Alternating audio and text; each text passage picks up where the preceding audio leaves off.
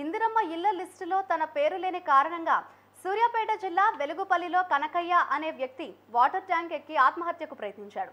ఇందిరమ్మ ఇంటి కోసం ఓ నాయకుడికి 20,000 రూపాయలు ఇచ్చానని అయినా కూడా తనకు ఇల్లు రాలేదని వాపోయాడు. సమాచారం అందుకున్న పోలీసులు ఘటనా స్థలానికి చేరుకుని కనకయ్యను కిందకు దింపారు. ఇందిరమ్మ ఇళ్లలో అవకతవకలు జరగకుండా చూసుకోవాలని కోరారు.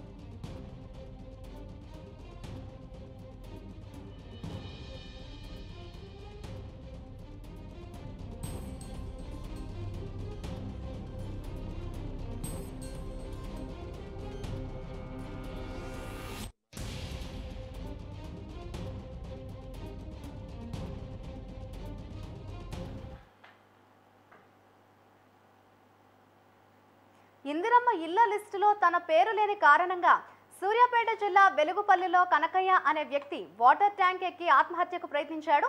ఇందిరమ్మ ఇంటి కోసం ఓ నాయకుడికి 20,000 రూపాయలు ఇచ్చానని అయినా కూడా తనకు ఇల్లు రాలేదని వాపోయాడు.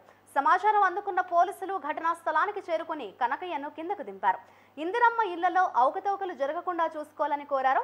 ఆ వ్యక్తి ఏ విధంగా వాటర్ ట్యాంక్ ఎక్కి ఆత్మహత్యకు ప్రయత్నించాడో దానికి సంబంధించిన విజువల్స్ ని ప్రస్తుతం మనం న్యూస్ 360 స్క్రీన్ మీద చూస్తున్నాం.